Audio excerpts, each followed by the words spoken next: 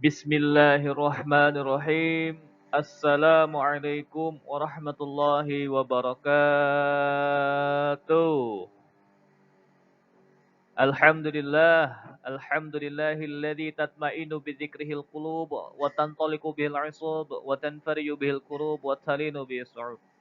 Wassalatu wassalamu ala sayyidina wa nabiyyina al-mahbub wa ala alihi wa ashabihi wa man ilaihi mansub. Amma ba'du. Kaifa halukum ayyuhat talabah? Faslu tasi A wa B. Arju ilallahi ta'ala li suhulatikum fit ta'alum. Pada kesempatan kali ini, alhamdulillah kita masih diberikan kesempatan oleh Allah Subhanahu wa taala dalam proses pembelajaran jarak jauh. Mudah-mudahan Allah senantiasa memberikan kita semuanya kemudahan dan semangat untuk tetap melaksanakan pembelajaran jarak jauh ini. Anak-anakku sekalian kelas 9A dan 9B, pada kesempatan kali ini kita akan kembali membahas pembelajaran kitab Pendidikan Agama Islam bab 1, yakni Al-Quran dan hadis tentang ikhtiar dan juga tawakal. Sebelum itu, mari sama-sama kita membaca Al-Basmalah terlebih dahulu. Bismillahirrahmanirrahim. Baik anak-anakku sekalian kelas 9A dan 9B, sebagaimana kita ketahui bahwasanya ikhtiar itu adalah usaha untuk mencapai segala tujuan. Segala bentuk usaha itulah yang dinamakan ikhtiar. Ya, ikhtiar untuk mencapai sebuah tujuan. Bapak yakin kalian semua memiliki tujuannya masing-masing. Ya, kenapa kalian berangkat ke sekolah? Apa tujuan kalian belajar? Kenapa kalian memilih sekolah SMP IT Akidah? Itu semua ada kaitannya dengan tujuan. Dan proses untuk mencapai tujuan tersebut atau usaha-usaha untuk mencapai tujuan tersebut, itulah yang dinamakan ikhtiar. Kemudian, setelah kita melakukan ikhtiar atau usaha, ada hal lagi yang harus kita lakukan, yaitu tawakal.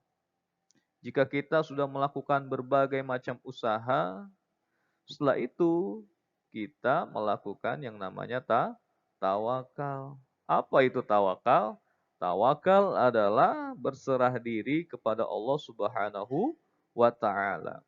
Jadi setelah kita berusaha semaksimal mungkin, ya, kita serahkan usaha-usaha kita serahkan hasilnya nanti kepada Allah Subhanahu wa taala. Itulah yang namanya tawakal. Anak-anakku sekalian kelas 9A dan 9B, dimanapun kalian berada, Bapak harap kalian semuanya membaca surah An-Najm ayat 39 sampai dengan 42. A'udzu billahi minasy syaithanir rajim. Bismillahirrahmanirrahim.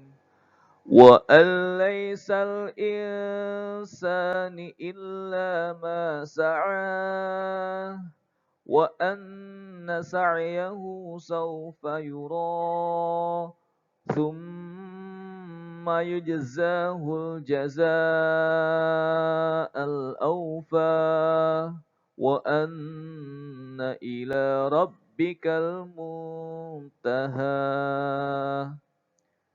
Shadaqallahul azim.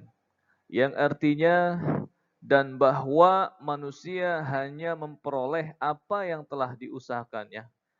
Dan sesungguhnya usahanya itu kelak akan diperlihatkan kepadanya. Kemudian akan diberikan balasan kepadanya dengan balasan yang paling sempurna. Dan sesungguhnya kepada Tuhanmu lah kesudahannya segala sesuatu. Quran Surah An-Najm ayat 39 sampai dengan 42. Bapak harap kalian baca surat ini di rumah kalian masing-masing dengan suara yang lantang dan jangan lupa dihafalkan. Insya Allah surat ini akan sangat bermanfaat di kehidupan kita masing-masing. Selanjutnya Bapak akan bacakan hadis yang ada kaitannya dengan ikhtiar. Maka dari itu kalian dengarkan baik-baik dan kalian baca juga di rumah kalian masing-masing.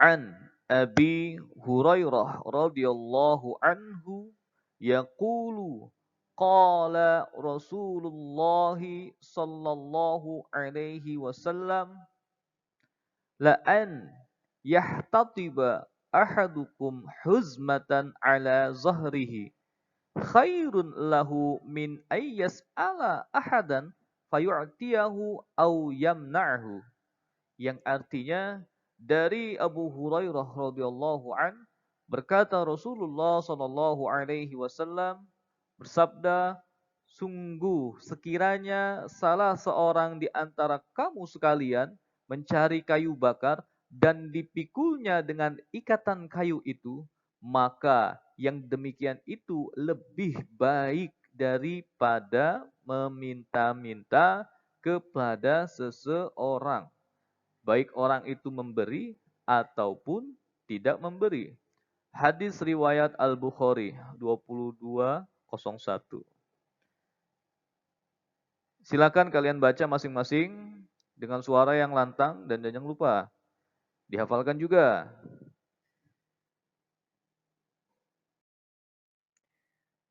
Baik anak-anakku sekalian dimanapun kalian berada, lanjut terkait dengan kandungan surah An-Najm ayat 39 sampai dengan ayat 42 yang ada kaitannya dengan ikhtiar. Jadi kandungan yang pertama atau kandungan pada ayat 39 yakni manusia itu hanya memperoleh hasil apa yang ia usahakan. Jadi seseorang itu harus berusaha, harus berikhtiar semaksimal mungkin. Agar apa? Agar yang kalian cita-citakan, agar yang kalian impi-impikan, agar apapun yang menjadi tujuan kalian semua, semuanya bisa tercapai. Karena hasilnya akan ditentukan sejauh mana usaha kalian. Ya, ditentukan dengan sejauh mana ikhtiar kalian. Ya. Yang selanjutnya, amal seseorang akan diperlihatkan di padang mahsyar. Jadi sehingga semua orang akan dapat melihat apa yang sudah mereka lakukan. Ya. Ini merupakan sebuah penghormatan bagi orang yang baik dan penghinaan bagi orang yang jahat. Artinya usaha-usaha kita di dunia, ya ibadahkah atau maksiatkah, itu semua akan diperlihatkan ketika kita semua berada di padang mahsyar. Mudah-mudahan kita semua diberikan penghormatan, ya, atau yang nanti akan dipertontonkan adalah usaha-usaha yang baik. Ya, jangan sampai kita dihinakan, ya, seperti itu. Selanjutnya, Allah Subhanahu wa taala akan membalas perbuatan seseorang dengan balasan yang sempurna. Ya, jadi Allah akan melipat gandakan. Ya, kalau kalian melakukan perbuatan baik, Allah pasti akan melipat gandakan dengan balasan yang paling sempurna. Ya, begitupun sebaliknya, ya, jika kita selalu melakukan kejahatan, kita pun akan diberikan hal yang serupa. Tinggal kita, ya, Apa yang kita mau? Apakah balasan yang sempurna berupa pahala, berupa kebaikan, atau Allah melipat gandakan perbuatan kita yang penuh dengan maksiat. Nauzubillahi min dzalik. Ya. Dan ayat yang terakhir, ayat 42, ya, memberikan penjelasan bahwasanya Allah adalah tempat kembali segala sesuatu besok di hari kiamat dan akan menghisap baik yang besar maupun yang kecil. Jadi apapun yang kita lakukan sudah pasti ya no hoax, ya sudah pasti Allah nanti akan menghisapnya. Ya, baik itu kecil ataupun besar.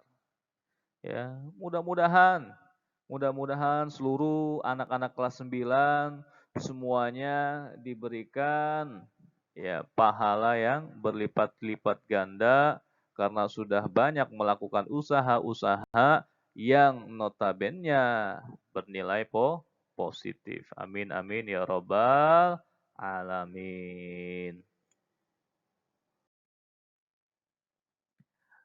Dan isi daripada kandungan hadis Bukhari yang ada kaitannya dengan ikhtiar tadi adalah kita sangat dianjurkan untuk selalu berusaha atau berikhtiar untuk memenuhi kebutuhan hidup, ya meskipun dengan mencari kayu bakar. Ya, meskipun hanya mencari kayu bakar di hutan lalu menjualnya. Itu sangat lebih baik daripada kita meminta-minta. Ya, meskipun orang yang kita mintai belum tentu memberi. Ya, jadi mari kita usaha dulu. Ya, insya Allah rezeki Allah yang mengatur. Ya, daripada kita pesimis, ya, kita yakin kita tidak bisa melakukan apa-apa, akhirnya kita hanya meminta-minta, ya, itu lebih buruk daripada kita mencari kayu bakar tadi, ya. Meskipun itu perbuatan atau pekerjaan kasar, tapi di mata Allah itu lebih baik, lebih mulia daripada kita meminta.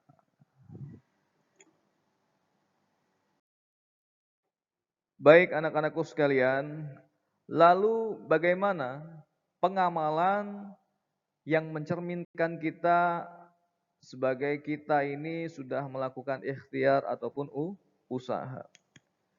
Yaitu jikalau saja kita melakukan sesuatu, berarti kita harus dengan sungguh-sungguh.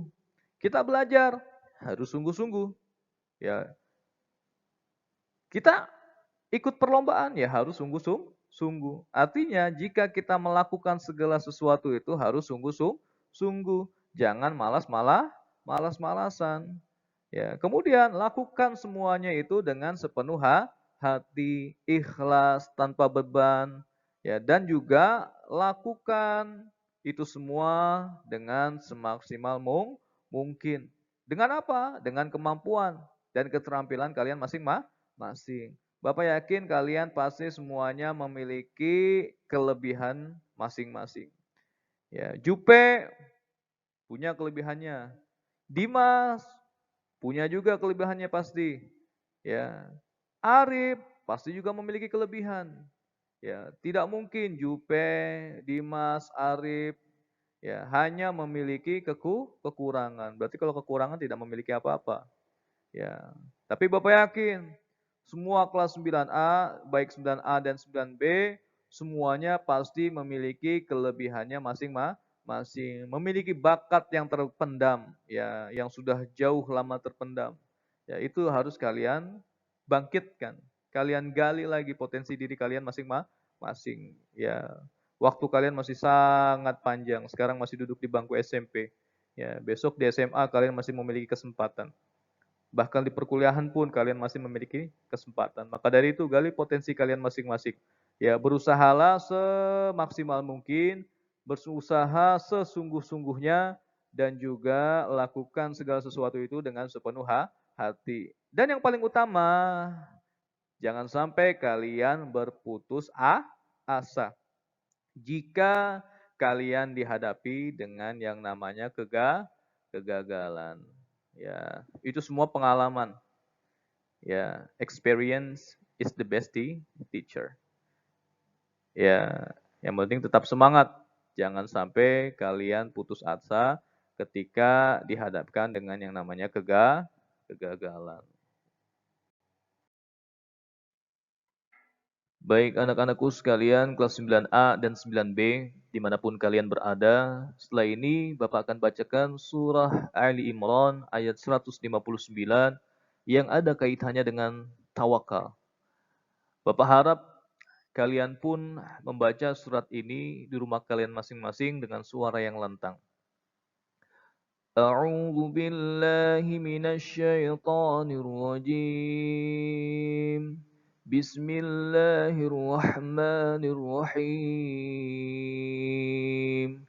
فبما رحمة من الله لنت لهم ولو كنت فظا غليظ القلب لانفضوا من حولك فاعف عنهم واستغفر لهم وشاورهم في الأمر فإذا عزمت فتوكل على الله إن الله يحب المتوكلين. Shadaqallahul azim, yang artinya, maka berkat rahmat Allah engkau Muhammad berlaku lemah lembut terhadap mereka. Sekiranya engkau bersikap kasar dan keras, tentulah mereka menjauhkan diri dari sekitarmu. Karena itu, maafkanlah mereka dan mohonkanlah ampun untuk mereka. Dan bermusyawarahlah dengan mereka dalam urusan itu. Kemudian, apabila engkau telah membulatkan tekad, maka bertawakkallah kepada Allah. Sungguh, Allah mencintai orang-orang yang bertawakal. Quran Surah Ali Imran ayat 159. Ya, tolong dibaca surat ini di rumah kalian masing-masing dengan suara yang lantang. Dan Bapak harap surat ini pun kalian hafalkan. Insya Allah surat ini akan sangat memberikan manfaat di kehidupan kita masing-masing.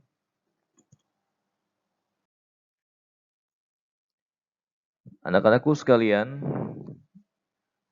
lanjut Bapak akan membacakan hadis tentang tawakal. Kalian simak baik-baik dan kalian ulangi di rumah kalian masing-masing. Bismillahirrahmanirrahim.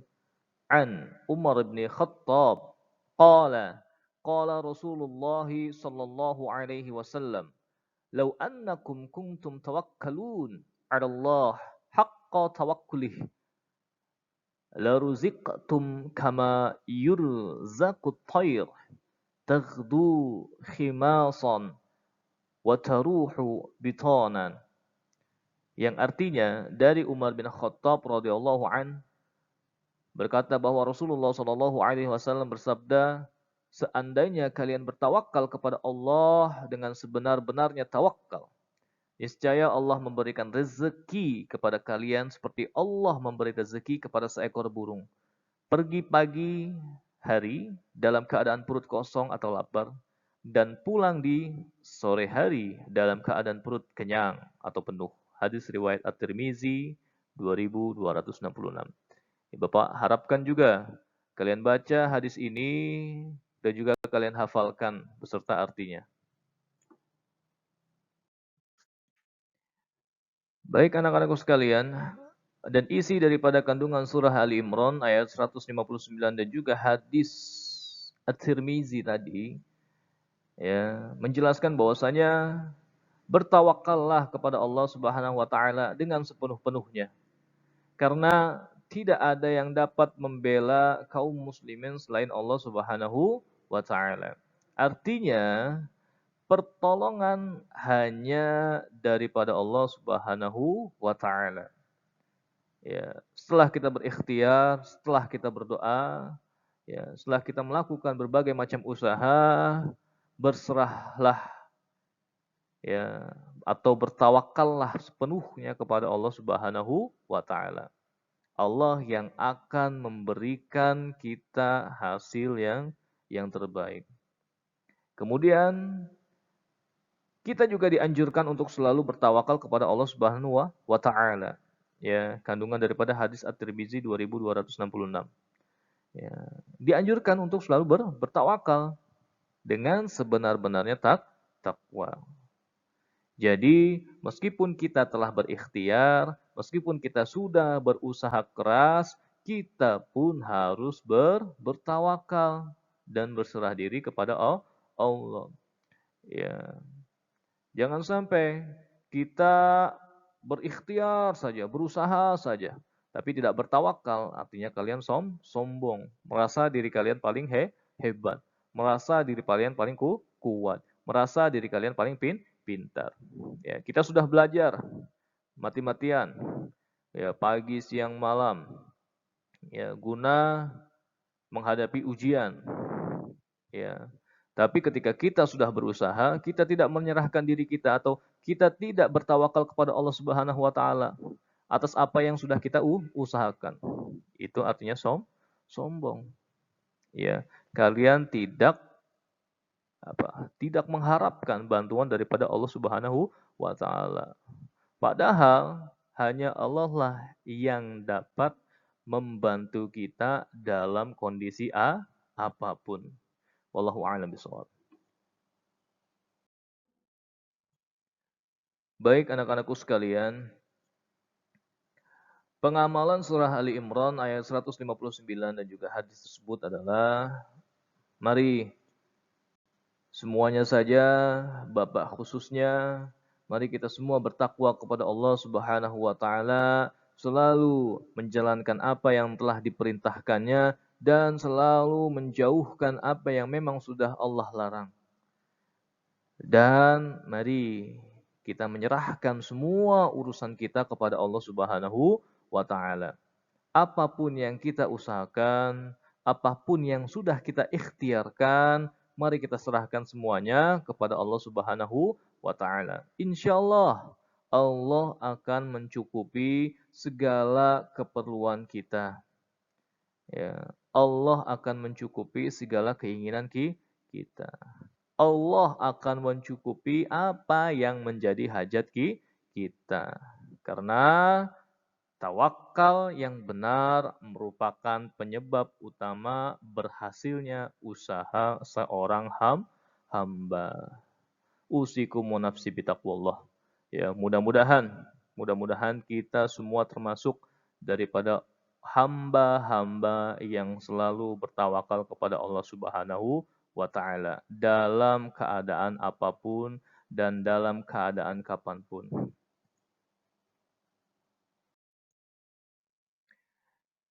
Baik anak-anakku sekalian, sebelum kita tutup pembelajaran kita di bab 1, sebelum itu mari kita sedikit mengingat-ingat, ya, sedikit menggali lagi ingatan kita terkait dengan ilmu tajwid khususnya dalam hukum bacaan al-qamariyah atau asyamsiyah atau pula alif lam syamsiyah atau alif lam qamariyah.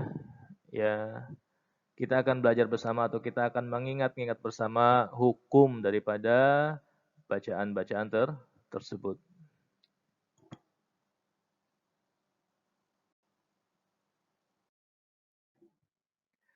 Baik, untuk alif lam qamariyah atau al-qamariyah adalah apabila nih ya, apabila kalian dihadapkan dengan huruf alif lam.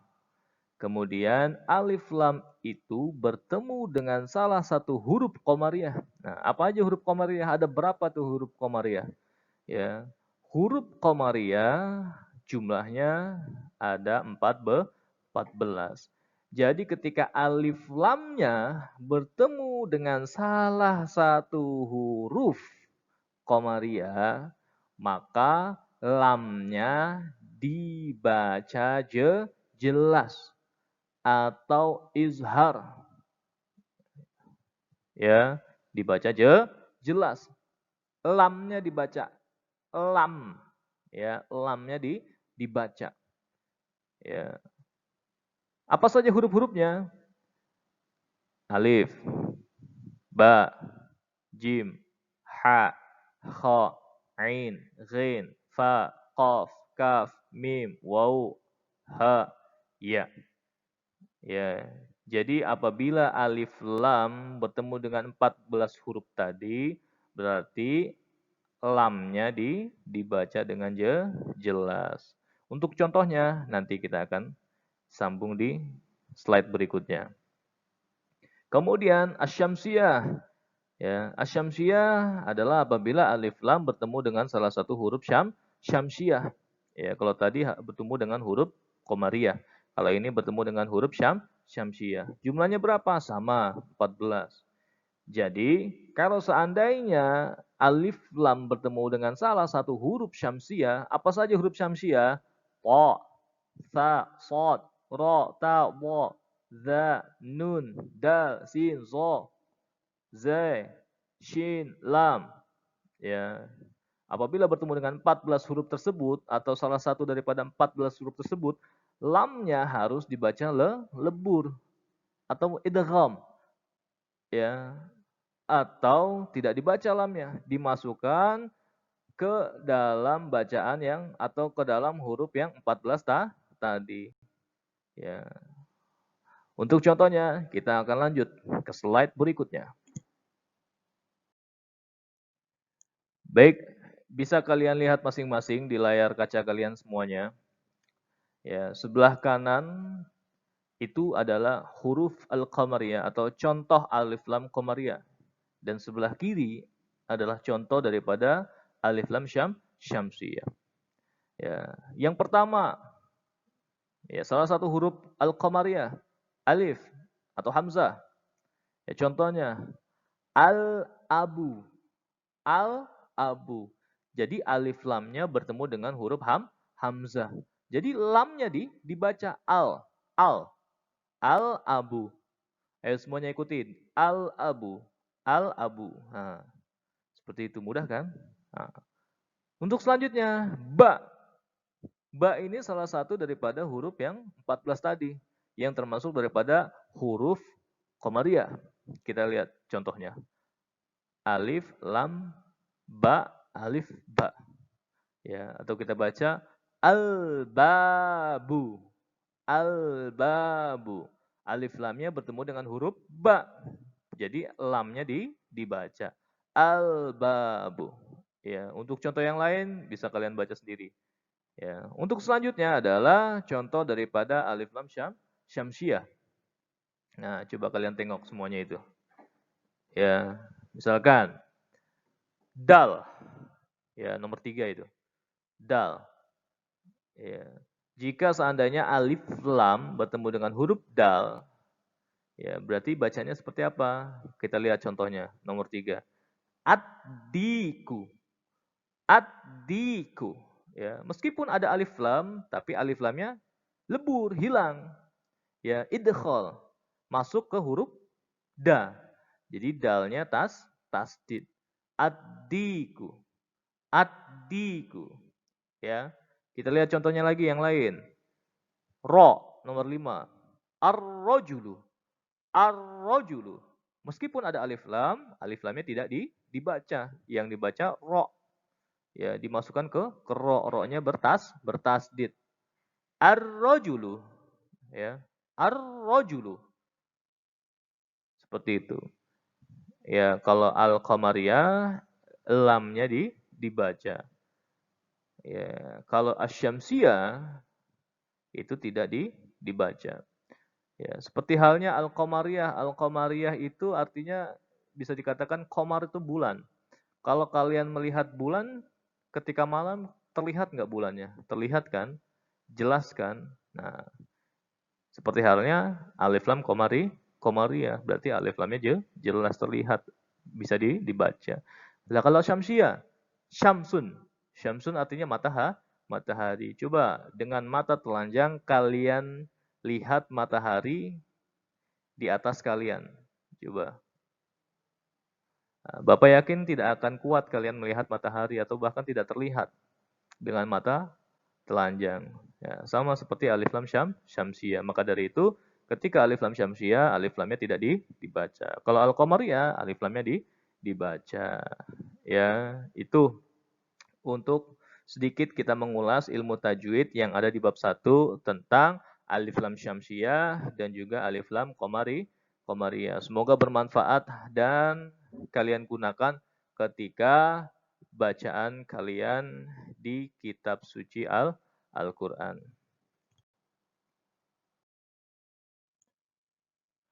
Alhamdulillah, anak-anakku sekalian kelas 9A dan 9B, untuk materi di bab pertama telah usai.